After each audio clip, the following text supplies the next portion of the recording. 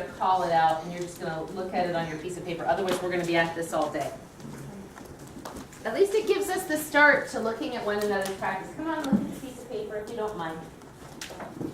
Because if we go through the whole thing, it's going to be too much. If your back doesn't feel warmed up enough for the back bending stuff, then you can watch and others can do. Because I just want to propel us through the syllabus, and it's hard to, I know we get off track a lot, and it's good off track, it's just tough that way. Okay. So where's that, oh yeah. So from turning to spider, we go revolve high lunge each side, we go rise up on toes, half squat, turn to down dog. See if you can visualize this in your mind. Plank, chaturanga, ardha shalabhasana. Remember, this is power yoga, right? Do it a few times, then rest completely. Then push up to child's pose, rest. Downward facing dog. This is all written on a sheet. Step forward to crescent, right leg, stretching the left side. Right, so either you hold your left wrist or you let the hand drop. Why do we do that? What do we do? No, it stretches the lat. It doesn't engage. The rhomboids would mean you were doing this. Maybe we're talking about clasping behind the back. Yes, yes. No, but why do we do one arm up, the other arm up? Stretches the side body. Right. And also, it makes you cut your hip back. Because often when you're in crescent pose like this, you're kind of doing this. Right? It's a gluteus medius strengthener. And I'm massively aware of how weak our practitioners' gluteus medius are. Right? So that's what that does. It lengthens this and stretches that. Plus, when you look down, when you're teaching this to yoga too, so now you've taught them crescent pose and they learn how to do this in yoga too, it teaches them to feel their balance without looking forward. So if they're just doing this, they can't do this very well, right? That way they find their way more centered. Okay, then clasp your hands behind your back. Your right squeezes your rhomboids, exactly, and opens the chest. Then you flip upside down. It's the beginning of the warm-up for the hamstring, right? Sit bone back. Now, if it's a really cold morning and people are really tight, I will actually skip. I might do this. Actually, no, I won't. I'll leave that out. I'll come forward and stretch the hamstrings and the IT band, and then I'll come up and flip upside down. Why?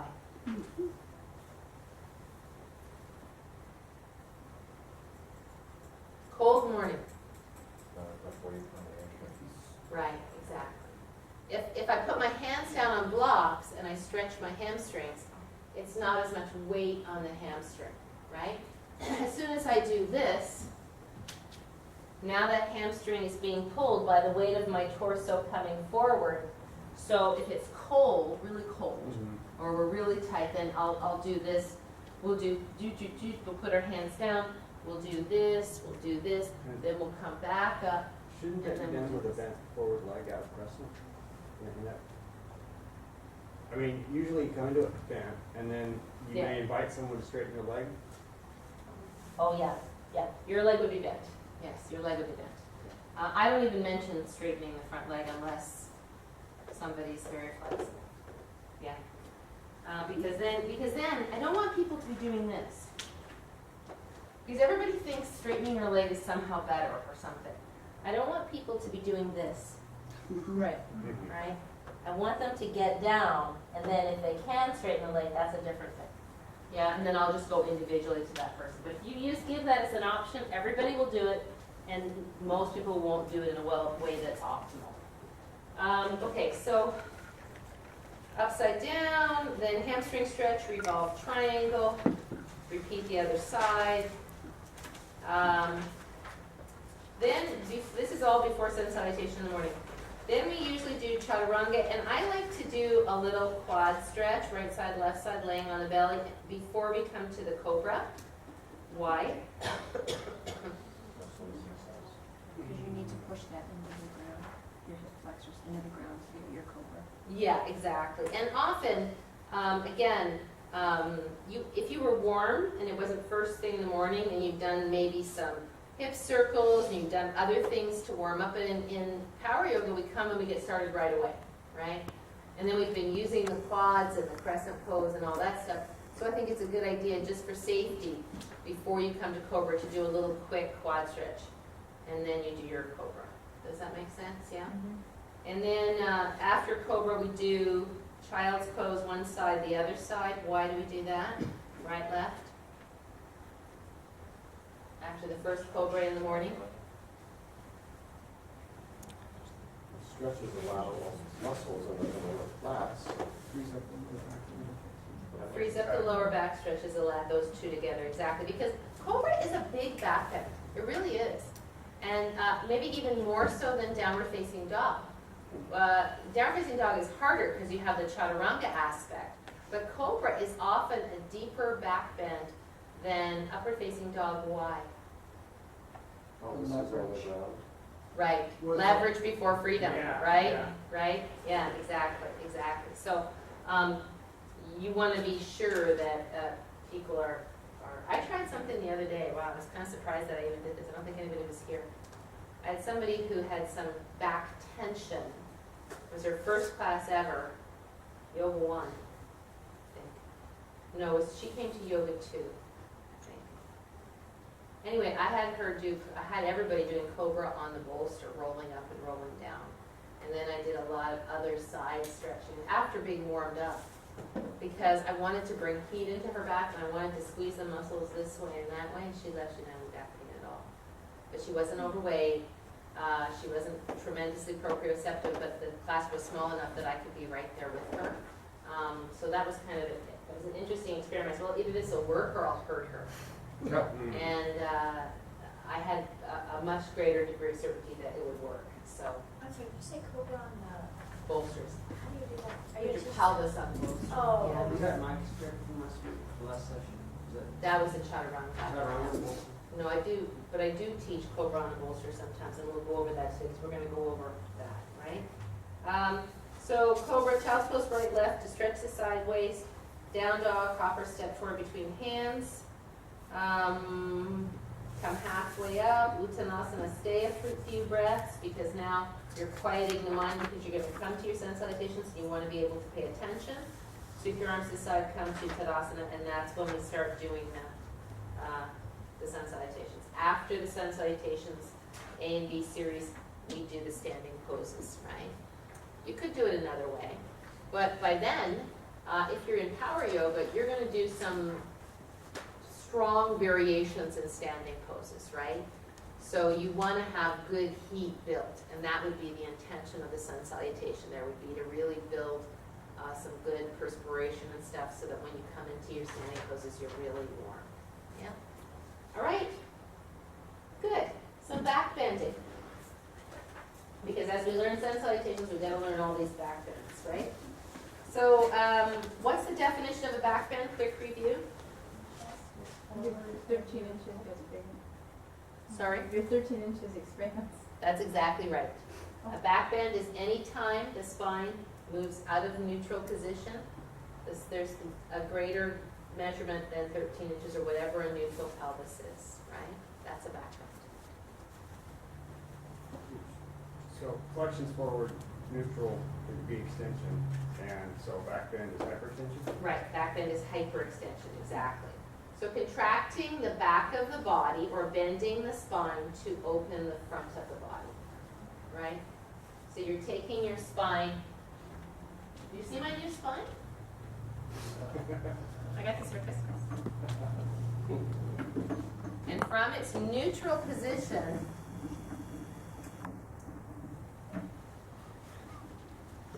you're making it do this, right? Flexion. Look at how the vertebra open, right? It's different, isn't it? That's why this spine is cool. Better than this. No, I like Mr. Bone. But, okay. So, yeah, exactly. All right.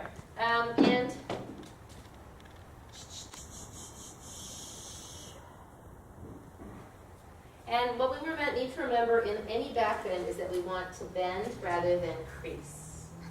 right?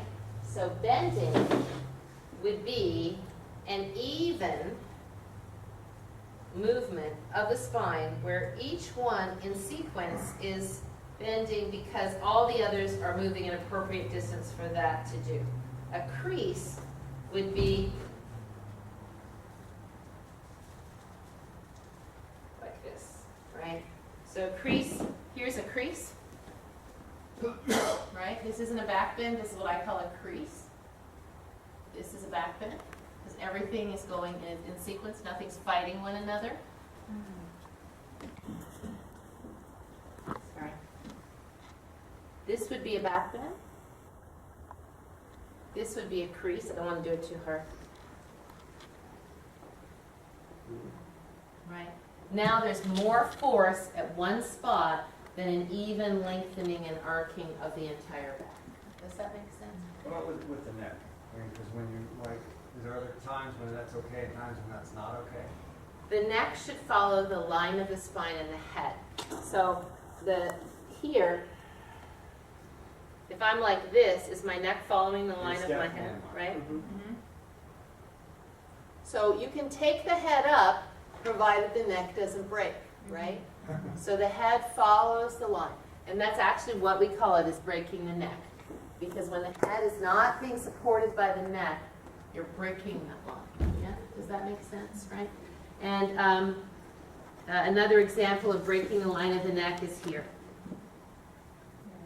Right. Not so good. Not so good. And so we'll look at that when we look at back bends. So that any kind of back bend should have some spinal integrity. However, there are back bends where you end up creasing because it's a really big and kind of wacky back bend. Like in optimal function, you would have a really nice ustrasana where you have no crease here, right? But you know, then there are people who do this. It's not great, especially you know, shoving this a little bit. But you know, again, creasing is relative, right? How much creasing are you getting, and does it feel safe, and how old is the person, and what condition are they in? That's kind of what it would be. Wheel is a great example. Allison did a wheel the other day, Saturday morning, and she has those kind of wonky elbows, so her arms looked kind of wonky. But if you looked at her back was very spacious, and I thought it was really neat that she was able to get that. And what would allow that kind of spacious back? Or what would restrict that kind of spacious back in wheel, for example? Tightness in the abs. Quads. Yeah, but that wouldn't be generally the main thing. Quads, psoas. Quads, psoas, yeah. Now I have a rock climber who has really tight abs. He gets a cramp if he goes like this. So maybe that would be the case there, but he wouldn't be doing back bends probably. So yeah, it's usually quads, iliacus primarily, right? Because iliacus pulls you like this, and iliopsoas. These restrict that beautiful arcing of the back. Okay, so, sorry, that's the definition of back bend. So, do we know how to, for sun salutations, I'm pretty sure we went over half sun salutation, right? Didn't we? Mm-hmm. About how to come forward, all that stuff, what Ardha Uttanasana is, right? So when it comes to A-series sun salutations, what we need to work on, I don't think we've worked on stepping or jumping back, have we? Mm-hmm. Okay, so we need to work on that, and stepping and jumping forward. We all know how to do downward facing dog and how to come off from that. So it's just the getting back, getting down, doing something down here, and then hopping forward from down dog, or stepping forward, correct? Those are the things we need to know A-series sun salutation. Okay, so I put on here, just to start from the very simplest thing of a back bend laying on your belly, I just want to review the 4 options. So for example, we have a student right now who you know him, he's a tall guy, Jim, with a neck issue, the police officer. Mm-hmm. You know him, right? I've known him for many years. Real nice, yeah. And he came and we did a lesson together because he's been having some back pain. And I think that his back pain is caused because he's been walking 6 miles a day and he has neck issues, and he's probably walking and leaning back. Because it's not, it kind of hurts him probably to lean forward a little bit, or he's careful of his head coming back, so he's probably leaning back and throwing. He's tall and walking, and so there's jam, jam, jam, jam, jam. So we talked about that, about leaning forward but looking down, not looking up so you don't crank your neck. However, now that he's coming to yoga, he's also feeling like there's back pain for him there. He's not unflexible. He's not super unflexible. He said that Shalabhasana makes his back feel not good. So we left Shalabhasana out entirely. So let's talk about options you can do. Once you chaturanga to the floor, or there's no chaturanga on the floor, maybe this is just a yoga 2 class where you're learning this. If a person, because of a back issue, or because you're just not sure, can't do this, even one leg reaching back, he could do that without pain. Right, with good reach. As soon as he did this, it started to give him pain, yeah? Because now the leg is shoving up into the lower back.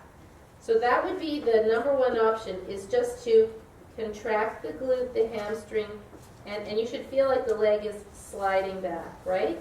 No lift of chest, absolutely nothing. Oh, that's too high. Very low, yeah? Now, if the person can't do that, what could they do? Everybody down on their belly, what could they do? They could extend through the ball of the foot without taking it off the ground. It's extension. That will be worse, actually. Through the ball of the foot? Like this, like I'm doing right here? No, like you would just without lifting. Yeah, like, How do you do that without lifting? You will lift, yeah? okay. What they could do is and the reason I'm saying this is important to know. If you do this, it jams here, as opposed to that. Look at the difference. That's why this, not good, creates compression. Watch the difference right here. Yeah, it's different. So, what I would suggest that they do is lay on their side. Now, they're not going to be in a vinyasa flow class. Okay, this is for people when you're teaching Shalabhasana. Have them lay on their side, get a strap, and have them do quadricep stretch. Everybody can do that, even if you have a back issue. Everybody should do that, because this is a way to stretch these hip flexors and quadriceps. Does that make sense? If you have somebody that's already in the place where they're doing chaturanga vinyasa, they're not going to need to do that, right?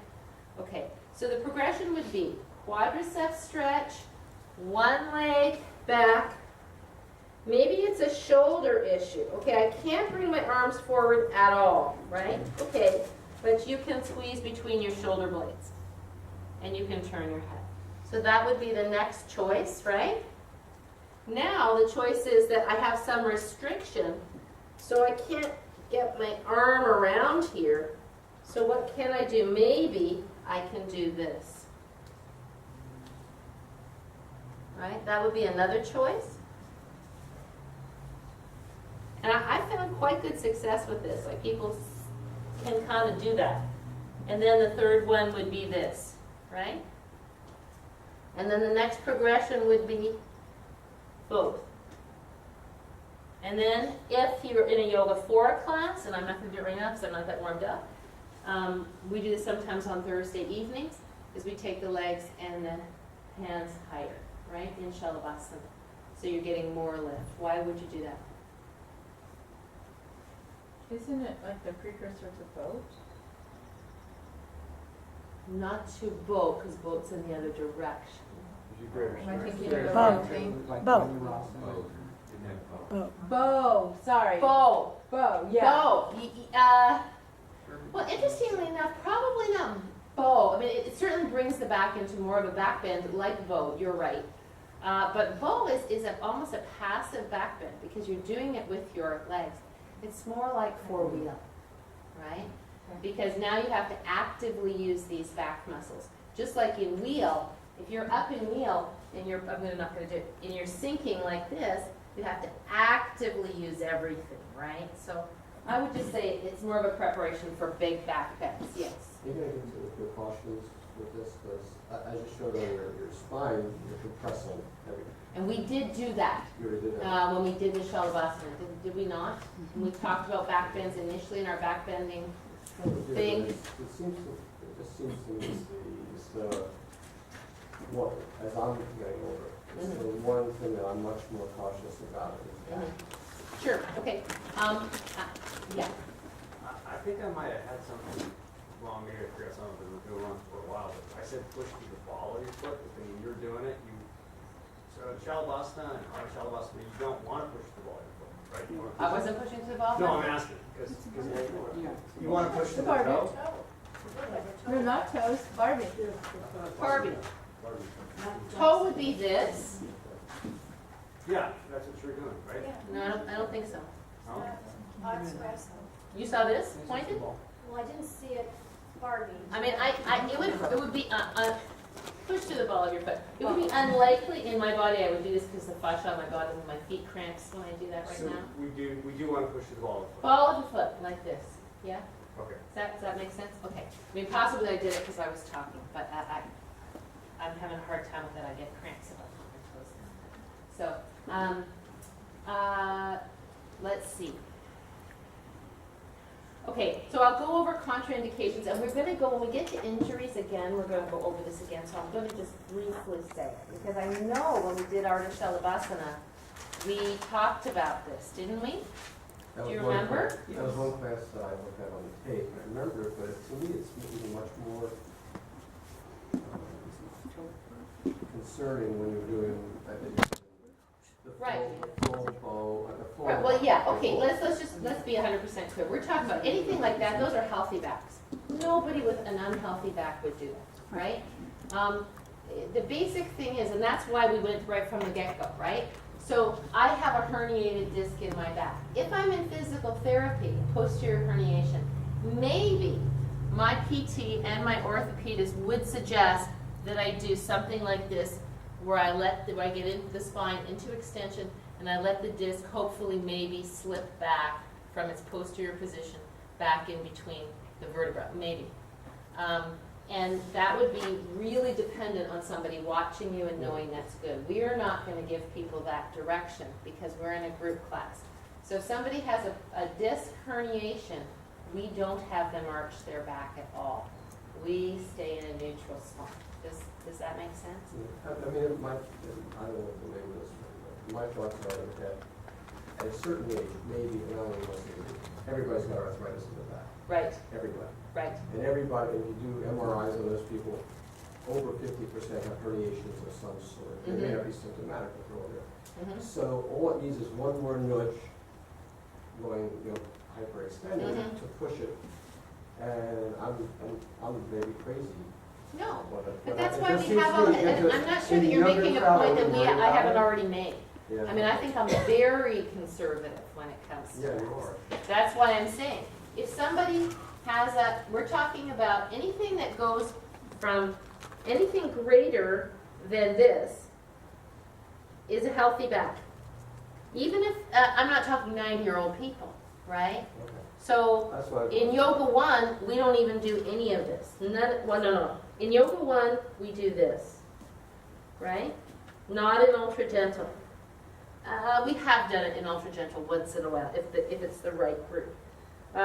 In Yoga 2, that's where we start to introduce this.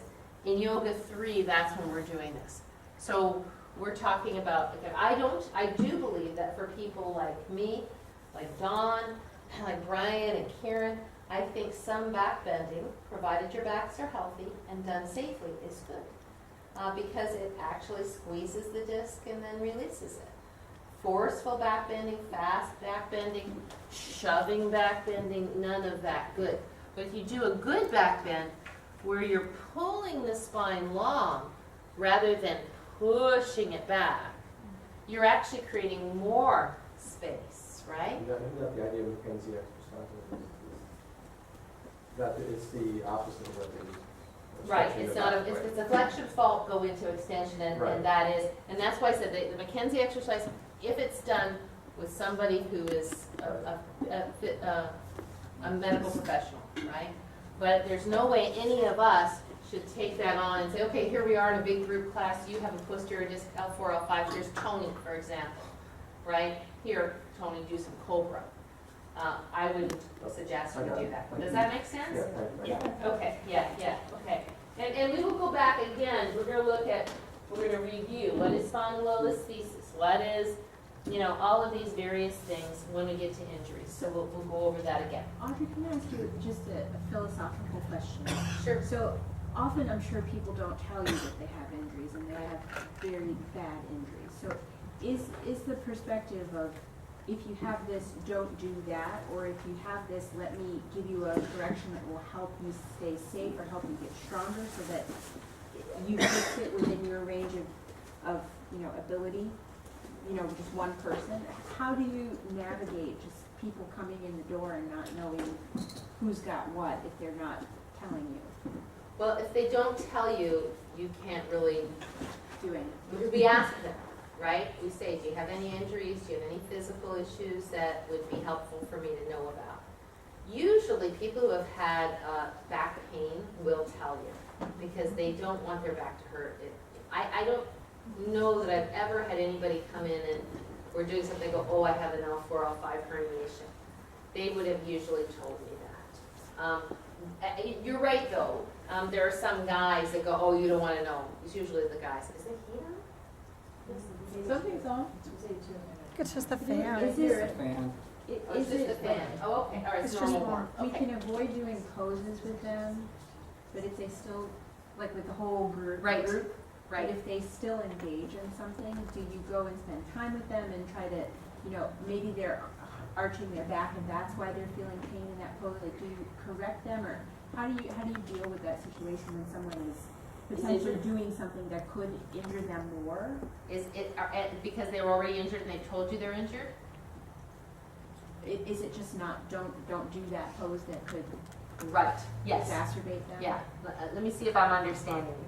So, if you're doing a general class, you're trying to make the safest choices for everybody based on the level of the group and based on the lowest common denominator, which doesn't mean you have to take the class down to the if you're, especially like we were talking about, some of you have been assisting, the difference between yoga 2 in the morning and yoga 2 in the afternoon. Different demographic, different group, right? All yoga 2 rules don't apply, right? So you kind of go to the demographic. Then if you have somebody that has an injury, I've had surgery on L4, L5, or I have a slight disc bulge L4, L5. Okay, so it'll be really important for you to make sure that you hinge at your hips. And almost everything we do is back friendly, but the things that might hurt you, I'm going to ask you not to do. So you would just shout out their name. Lisa, don't do this, right? I mean, again, that's often if they're coming to a yoga 2 class. That's kind of that muddled ground, right? If they come in and they're a big guy and they got really tight hamstrings and they have no clue about yoga and they have a back issue, you say, it would be really good for you to take some yoga 1 classes so that you really understand the fundamentals. We can teach you how to keep your back safe. And then, like I told Jim, I said, you should be coming to some yoga 2 classes now because he's flexible enough. He needs to get the heat in his body. He needs the strengthening. And I think he'll feel better. And we just reviewed ways that he could deal with the weight bearing on the arms so that he doesn't hurt his neck. We tried to look at anything that might hurt his neck. How does this feel? How does this feel? How could you modify it, right? And sorry.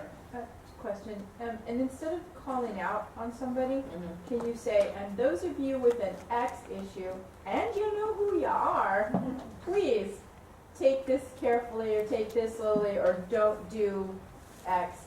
No, I actually don't like that. Okay, And I'll tell you why. please. I want everybody to be comfortable being called out. We're equal opportunity color-ouers. Okay.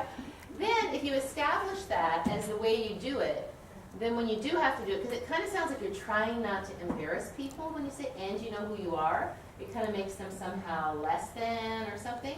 Right. We all have something. I'm going to have to call out your name, everybody's name at some point or another, and then that way it just, to me, it decreases the charge on it. Does that make sense? I felt that way when you say, Lori, don't do that, especially about in yoga too. I felt good about it because you were keeping an eye on it, Right. as opposed to. You're absolutely right So about I that. felt good about Yeah. it. I mean, I was bummed I couldn't do it, but I was glad that she was looking out for my back, Yeah. so to speak. Yeah. So I think that's a good choice in terms, because it's a little different then when you go to these general classes, and people are saying, you know, level 1 do this, level 2 do this, level 3 do this, level 4 stand on your head, and then level 1s are standing on their head because they don't want to look like they're not good, you know. So we just get people used to it. Okay, so oh sure, of course, thank you. I'm sorry, I know I'm kind of rushing along. And I put review contraindications in a group setting. We'll go more to that in a little bit. I put the alternate is belly lying or side lying quad stretch. Usually, if they can't lift one leg off the floor or lift their chest off the floor, catching their ankle behind might feel not so good. So side is probably the best thing. All right, from there we have Sphinx, Cobra, and upward facing dog, right? So we have people who do, in Yoga 3, who do Sphinx instead of Cobra. And they can still do a full A-series sun salutation. It's a little awkward to do Sphinx, but it's okay because it feels better for some of these people than Cobra. So Sphinx is, we didn't go over this yet, right? Okay, we'll go over this. And we'll do it with a partner, I think. Sphinx is where the upper arm bones are perpendicular to the floor. The forearms, as best they can be, are parallel. The elbows underneath the shoulders, yes? Am I just sinking here like I'm doing the Mackenzie maneuver? No. In yoga tradition, you don't just sink, because as I'm doing this, I can feel massive force at L3, L2. My belly is pulling on my back. I have no support. So unless you're doing it with a qualified person who's trying to get something to sink, we do this. We call it charging the legs. So see, my legs are limp.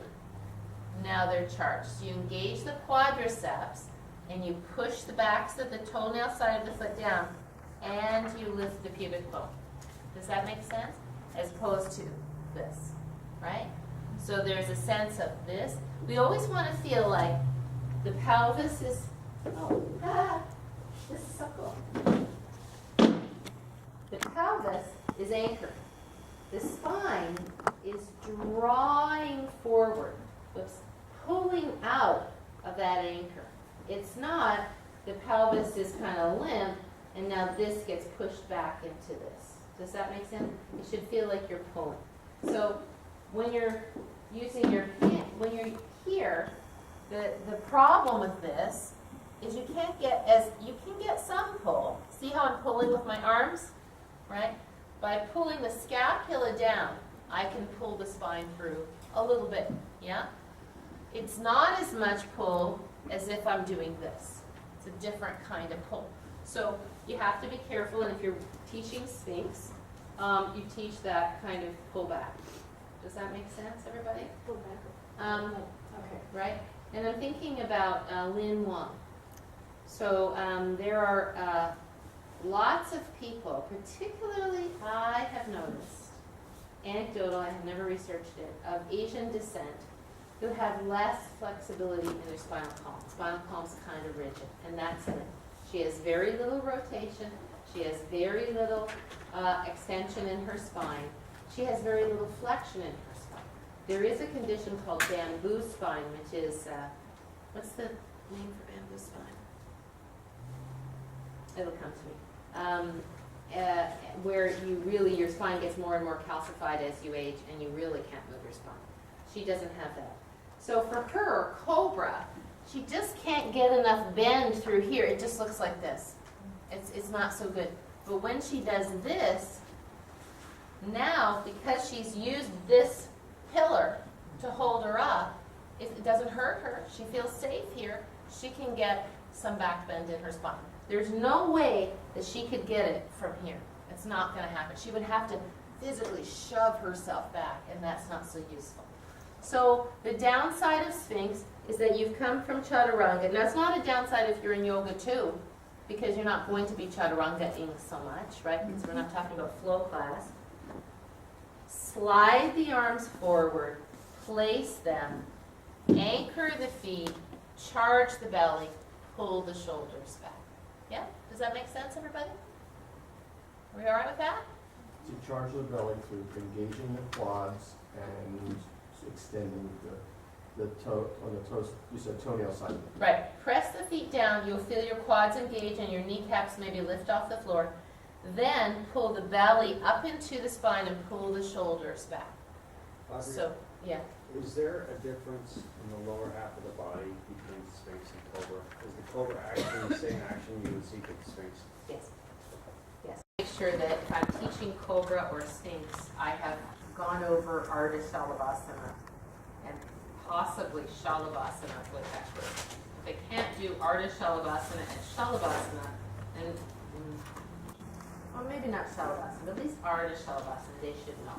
If they have no clue of how to do any of that belly line back bending, then they should be working on Ardha Shalabhasana. Does that make sense? So let's go over Sphinx right now. And so you're going to do Sphinx if you would, because I have to know that you know how to do it. You want us to do it now? is what Yeah, I'm you're going to call it out. Yeah, that's why I said we're going to be doing back bends. So you're laying on your belly, your forehead's on the floor. Your feet are parallel. So don't accommodate your props. Make sure that you're not touching anything. Yeah? And your hands are beside your hips. Alright. So you will notice that even to get your arms to Sphinx, what do you have to do? You arch your back, right? So that's why they have to have some idea of how to do this. Yeah? So let's breathe in and lift the chest. And reach one arm forward and then the other arm forward. I would have demonstrated already. And look and see that your elbows are right underneath your shoulders. And your upper arm bones are perpendicular to the floor. And Lori, if this isn't good for you, don't do it. And as best you can, the elbows are, the forearms are parallel. So see how your elbows are behind your shoulders? There you go. Right, good. Feet are close together, kneecaps facing the floor. So Rob, elbows further forward. Okay, let's do this. Come on down. And let's roll over to your side if you would.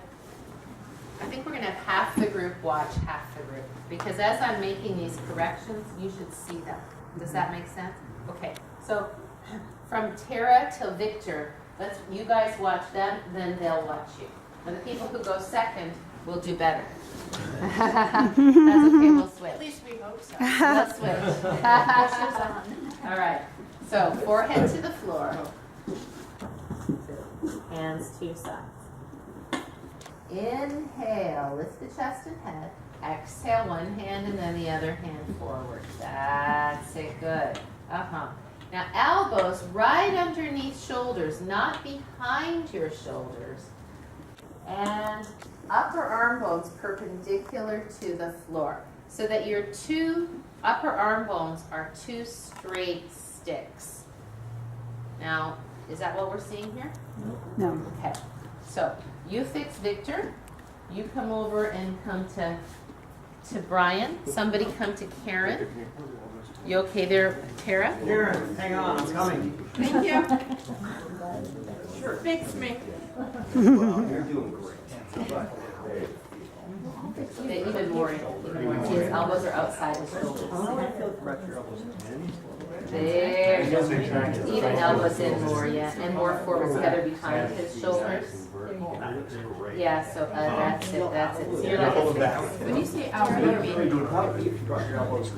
even more forward. It's not put your elbows straight. No, forward.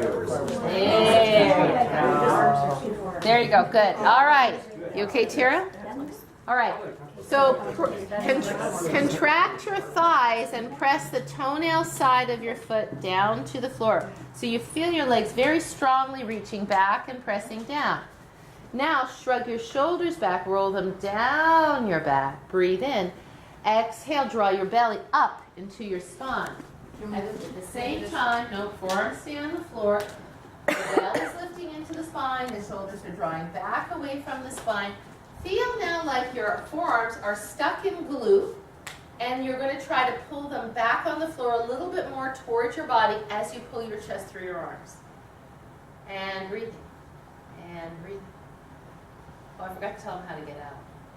And exhale, take your elbows to the side to roll down and slip your hands back beside your hips.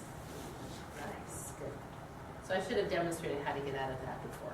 So Victor, take your hands down beside your hips. There you go, nice. So you see, this isn't an easy pose. Yeah? So, I don't want to interrupt, but Yeah. for myself and perhaps some other guys with shoulder tightness, Mhm, I mean, I would do this, I Mhm. do this, mhm. but it always feels really big in my shoulder. Yeah, it's not so useful. It feels restricted. It does. Right, right, Is right. that's normal? Yeah, it is, So because it's you're not locked It's not there. easy Cobra, it's different.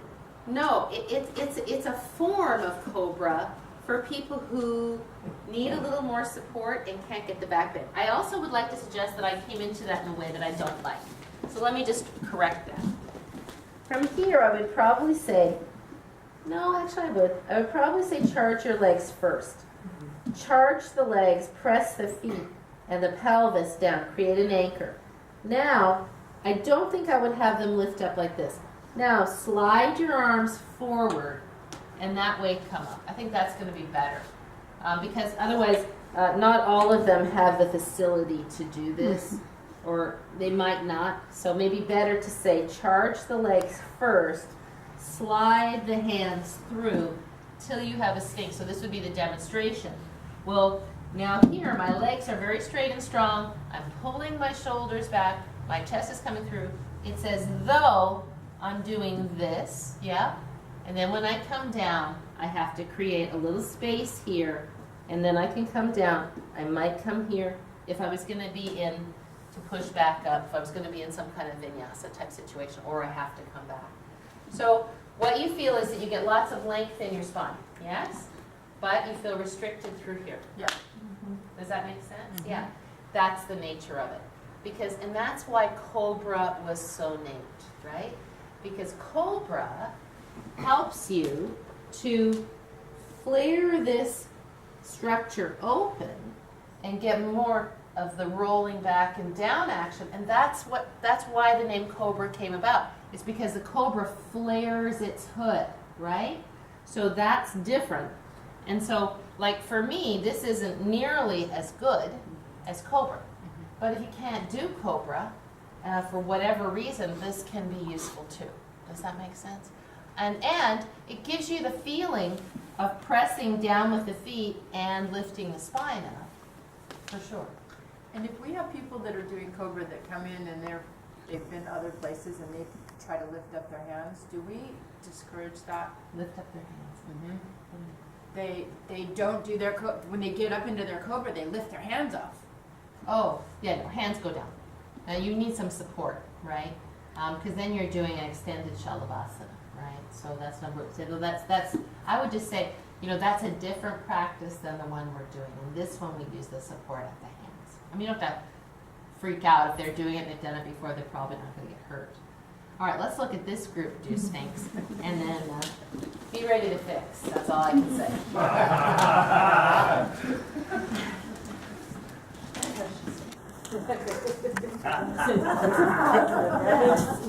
I'll try to call it a little better. The first group has had Jeff, I'll return your the favor. sad thing that it wasn't well called. So make sure your feet aren't touching anything. Your hands are down beside your hips. In this position, sorry, please press the tops of your feet down and contract your quadriceps till your legs feel very firm. Now walk the arms forward into the Sphinx position. Remember, I've already demonstrated this. Find that your elbows are directly underneath your shoulders, your upper arm bones are perpendicular to the floor, and your fingers are spread out like a sphinx. Your forearms are perpendicular. Good. Now pressing down into the legs and the pelvis, pull your chest through your arms and roll your shoulders back and down. Breathe in here. As you exhale, lift your belly up into your spine. So you have a lot of actions. You have the arms pulling back, the chest pulling through, the belly lifting into the spine, the feet pressing down, and relax your jaw. That's it, nice. Now taking elbows to the side, slowly roll down. Replace your hands back behind your nipples, bend your knees, feet up to your bottom. head and shoulders off the floor, breathe in. Exhale, press off the floor and all the way back to child's pose. Right? Nice. So no fixing. Second group benefited from the first. What I would probably do if I was just teaching that the first time is I would do it a couple of times, have them come up and down a couple of times without coming to flexion, and then I would have them roll over on their back and put their knees into their chest. Yeah. And we're just assuming they're just learning this. Yeah. So do we understand Sphinx now? There was some question, there was some variation of head position, and that's Right. allowable. Some of it was more straight, and some of it more extended. So I think it has to do with the structure of the upper back. It kind of looked like everybody had their head pretty much where they could be. They could have looked up a little bit maybe more, but yeah, it's a good point. So that's a possibility. In Cobra, is the hands further apart from the shoulder or in the same position? Right, you only have your hand, it's about what contacts the floor. In Sphinx, all of this contacts the floor, so there's more leverage going on. This is Cobra, more like this. there's more this is freedom. like that. And I'm going to do Cobra in a sec. So one way to teach Cobra that gives a little bit of help is to use a bolster. So let's get some bolsters. A bolster to teach Cobra.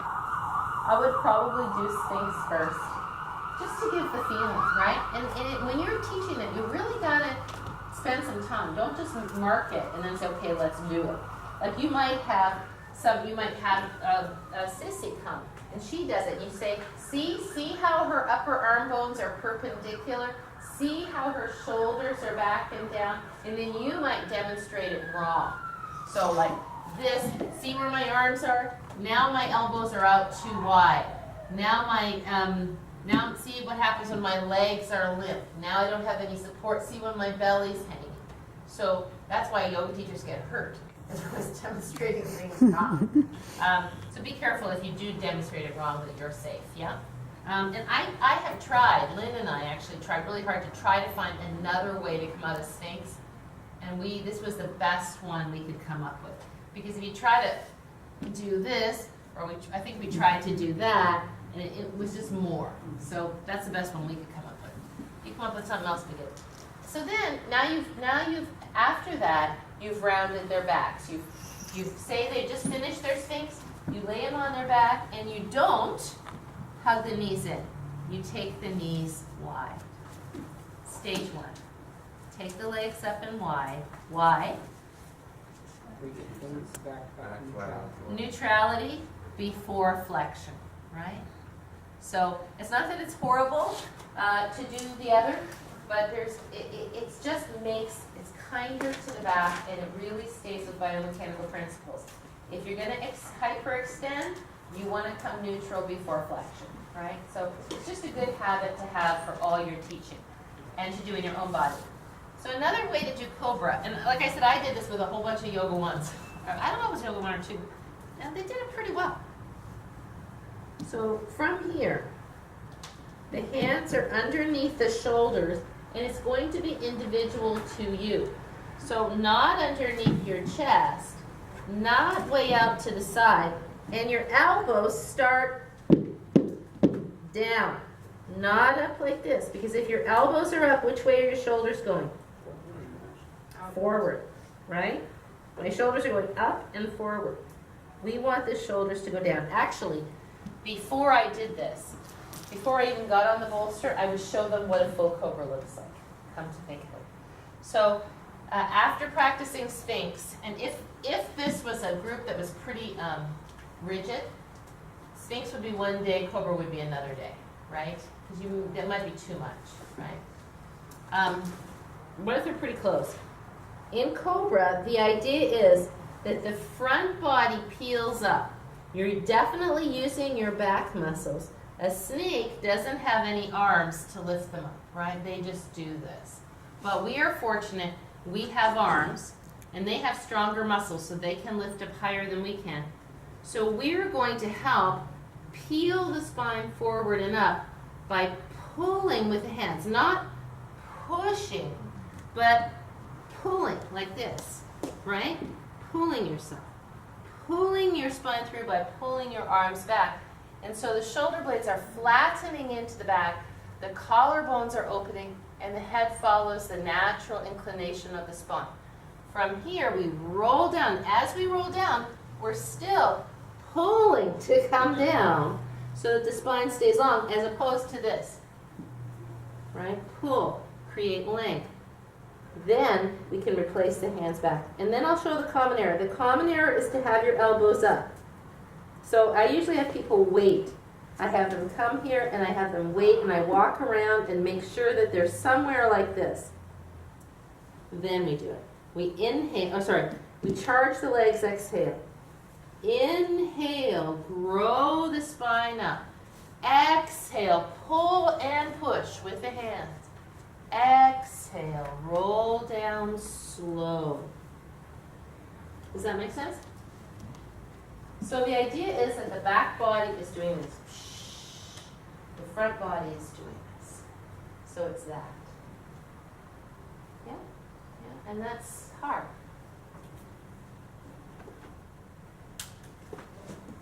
Well? So then on the bolster, Oh yes, then the bolster, right. So on the bolster, then you just give them a little bit, because the hard part is to have enough back strength, tricep strength, and lower trapezius strength to lift high enough, right? And then you're pushing with your arms. So if you put them up here already, now they're pulling, they've got a little support, and then they roll down. and that's easier on the back too, isn't it? You know, Cobra is hard on the back. But I mean, Hard, is that a little bit easier on the back with this? I haven't done I it. think it's, I haven't done it with this, so I don't know. So is this a little bit easier on the back maybe? It gives some support to the front body, which I think makes it a little easier on the I back think it's body. easier to come up, so you're not going to strain as much. Okay. But the reality is, nobody that has a bad back is going to do Cobra. That's unless again it's Mackenzie and it's with a physical therapist. However, I would suggest that people my age, if you just say, well, you're 50, how old am I? 50. 57? 50. I think you're 50. I keep telling them I'm 58, and I realize I'm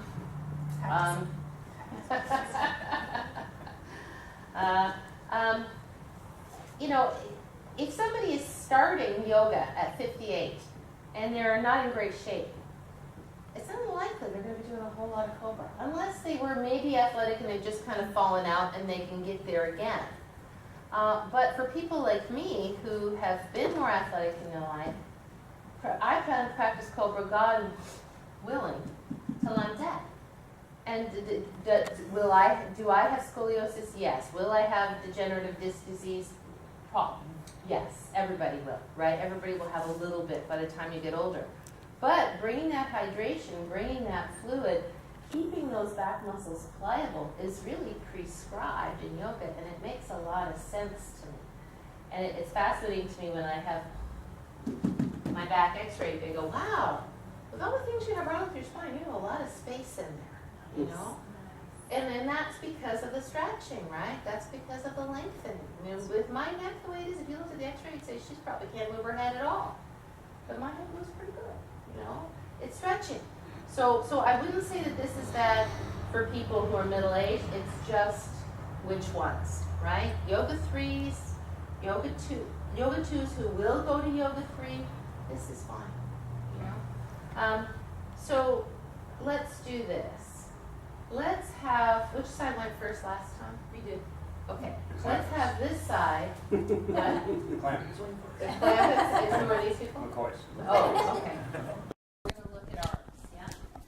So now hands somewhere under the shoulders, elbows in, no not hands, that's hands up, not under your shoulders, that's it. Elbows down to the floor, and middle finger as best it can be in line with the elbow. So can you see what I'm doing to Don? Go ahead where he was, come on over here. See when his hands are here? How you can see his shirt bunch? So that's not going to be good when he comes up. So we have to accommodate his shoulder width. He's got his elbow in as far as it can go for him, right? So there's his line. And he may have to adjust it, but that looks pretty good to me. See, with shoulder, maybe a little bit that one back. So shoulders down. Let's look at Lori. You okay there, Lori? Okay. So for Lori, I would like to see her underneath a little bit more because her elbows can come in a little bit more because she doesn't have the lats that Dawn has. So middle finger in line with elbow. Does that look right to you? Mm-hmm. Yeah? Let's look at Rob. Okay.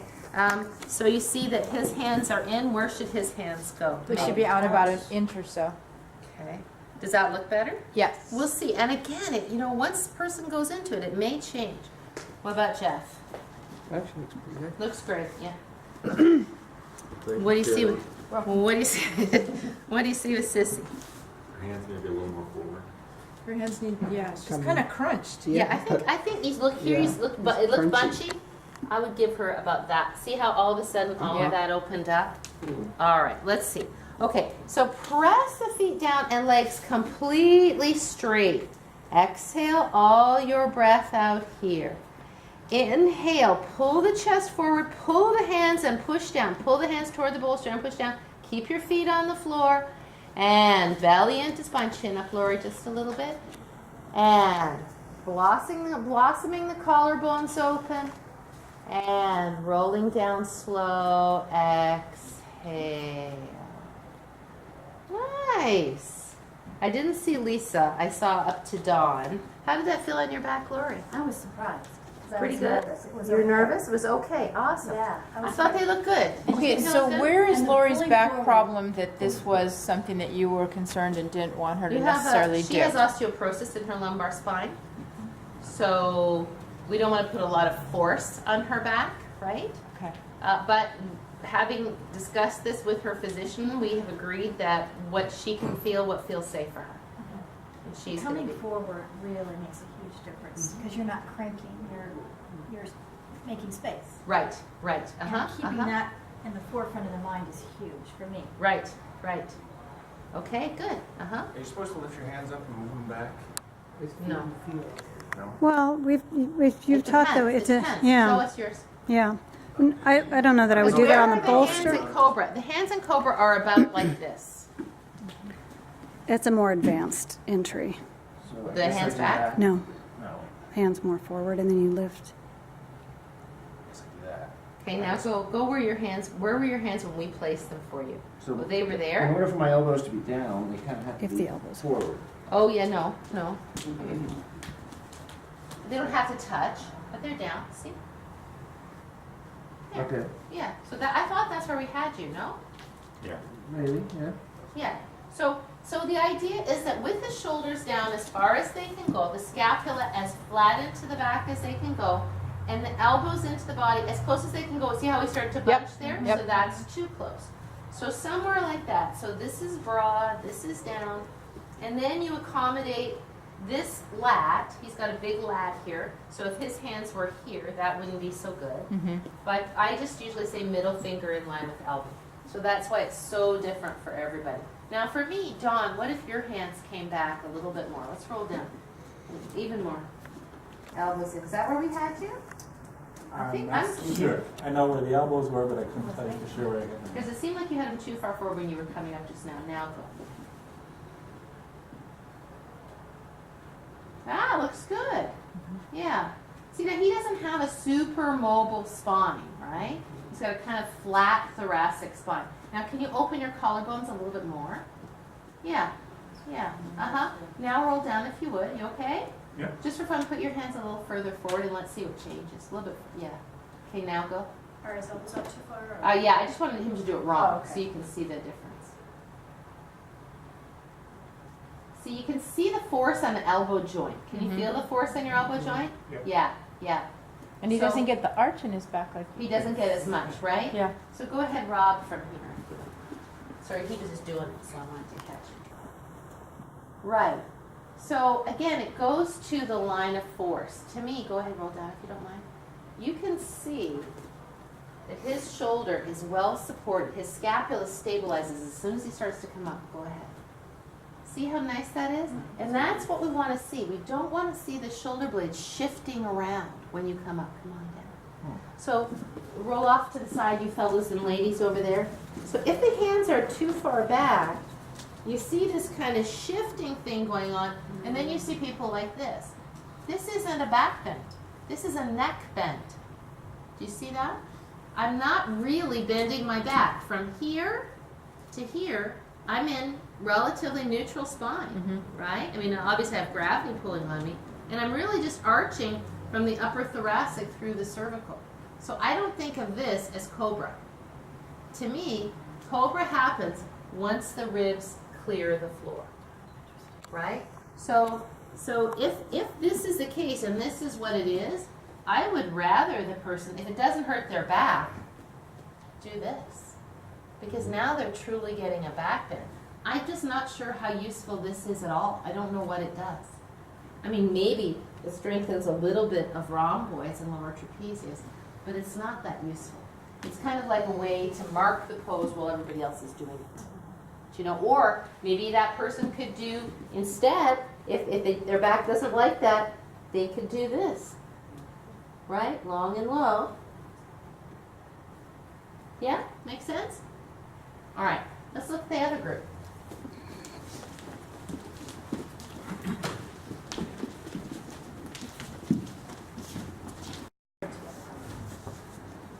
Yeah, there you go. That's it. All right, so we have pelvis on the bolster, and you have to watch because sometimes people will not have their pelvis on the bolster. It's going to be too far forward or too far back, but we're looking good here right now.